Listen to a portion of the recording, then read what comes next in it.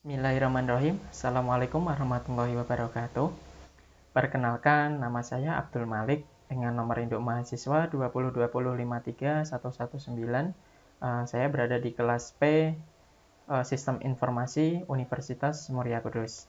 Oke, pada presentasi kali ini atau pada video presentasi kali ini tentang tugas dari perancangan sistem berorientasi objek atau PSBO.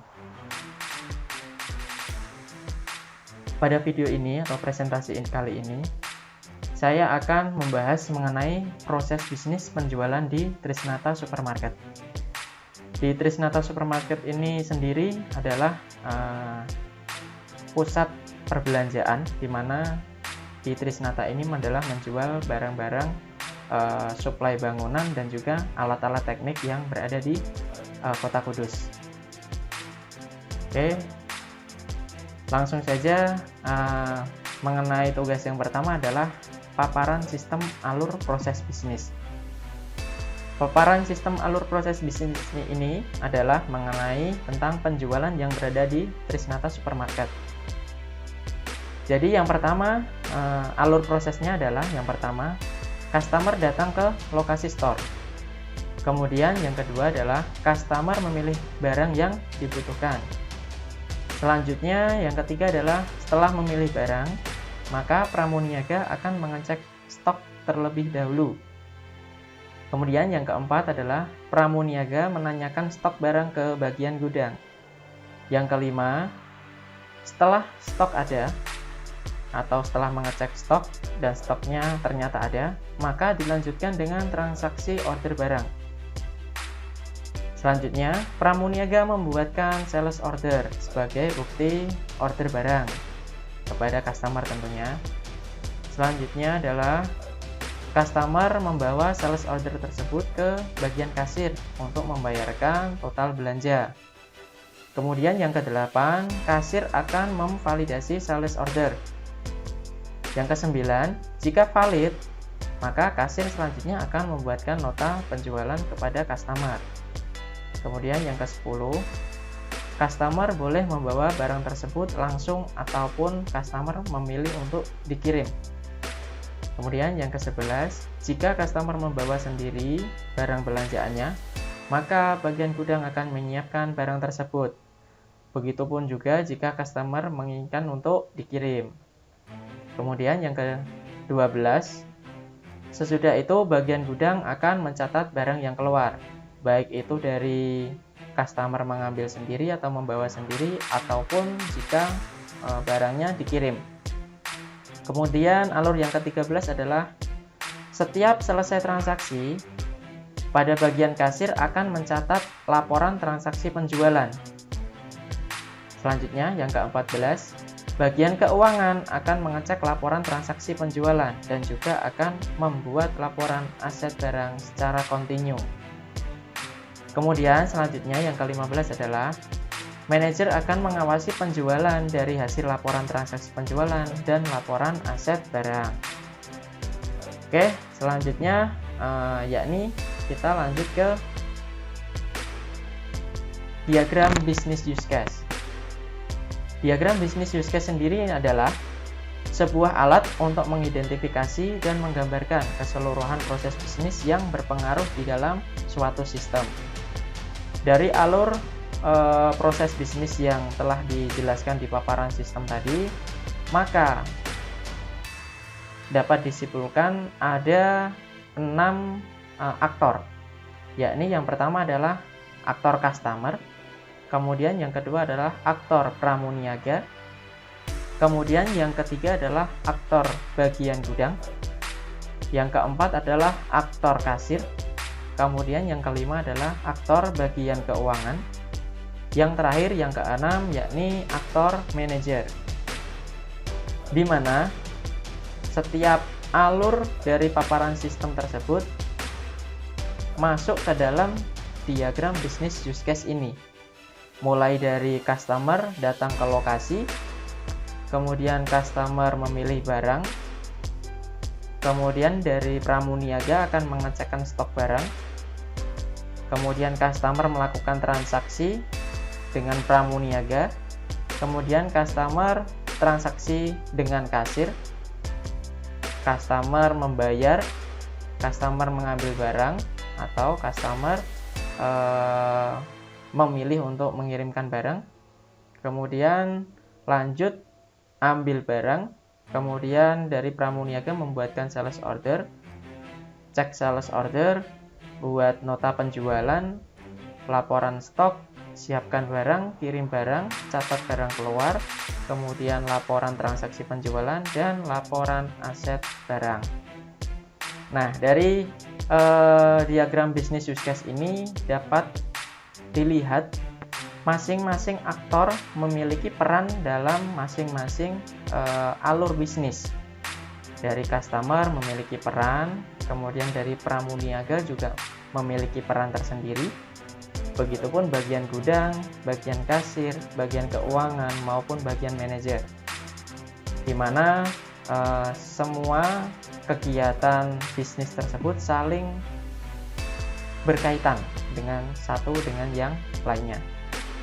Oke, setelah didapatkan diagram bisnis use case, maka selanjutnya adalah membuat sistem bisnis use case atau diagram sistem use case.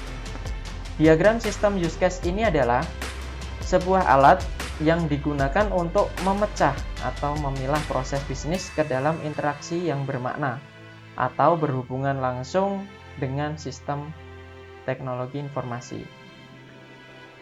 Dari sedemikian rupa tadi, sistem bisnis use case atau diagram bisnis use case dapat disimpulkan beberapa kegiatan yang bisa dilakukan dengan menggunakan otomatisasi atau komputerisasi atau dengan menggunakan program, yakni adalah cek stok barang dapat dilakukan menggunakan program atau menggunakan komputer atau menggunakan Excel atau apapun, kemudian transaksi, kemudian membuat nota penjualan, kemudian membuat laporan transaksi penjualan, dan juga membuat laporan aset barang. Oke, setelah didapatkan diagram sistem use case, maka akan dibuatkan skenario. Ya, skenario dari kelima sistem use case yang telah dibuat. Oke, yang pertama adalah skenario use case pada cek stok barang, di mana aktor utamanya adalah customer dan pramuniaga. Aktor tambahannya bagian gudang, nama use case-nya adalah cek stok barang. Kemudian untuk tujuan use case-nya adalah melakukan aktivitas yang berhubungan dengan kegiatan transaksi, di mana kondisi awal adalah customer memilih barang dan menanyakan perihal stok barang. Kemudian kondisi akhir adalah stok barang sudah diketahui dan customer membayar ke kasir. Di mana alur optimistiknya adalah terdapat dua aktor utama, yakni customer dan pramuniaga. Di mana alurnya yang pertama adalah customer memilih barang yang dibutuhkan. Kemudian customer memilih barang, setelah memilih barang maka pramuniaga akan mengecek stok barang terlebih dahulu. Kemudian alur yang ketiga adalah pramuniaga akan mengecek stok barang di komputer. Yang keempat, jika stok barang ada, maka pramuniaga membuatkan sales order sebagai bukti order barang. Sedangkan alur pesimistiknya adalah saya mengambil di poin 3, yakni pramuniaga akan mengecek stok barang di komputer. Alur pesimistiknya yakni pramuniaga tidak menemukan stok barang yang dipilih customer di dalam komputer atau stok di komputer tidak sama dengan stok fisik barang. Maka penyelesaiannya adalah di poin 3A2, bagian gudang akan membantu cek stok fisik barang untuk mengetahui stok sebenarnya. Kemudian skenario sistem use case yang kedua adalah mengenai pada transaksi, di mana aktor utamanya adalah kasir. Kemudian aktor tambahannya tidak ada. Nama use case-nya adalah transaksi.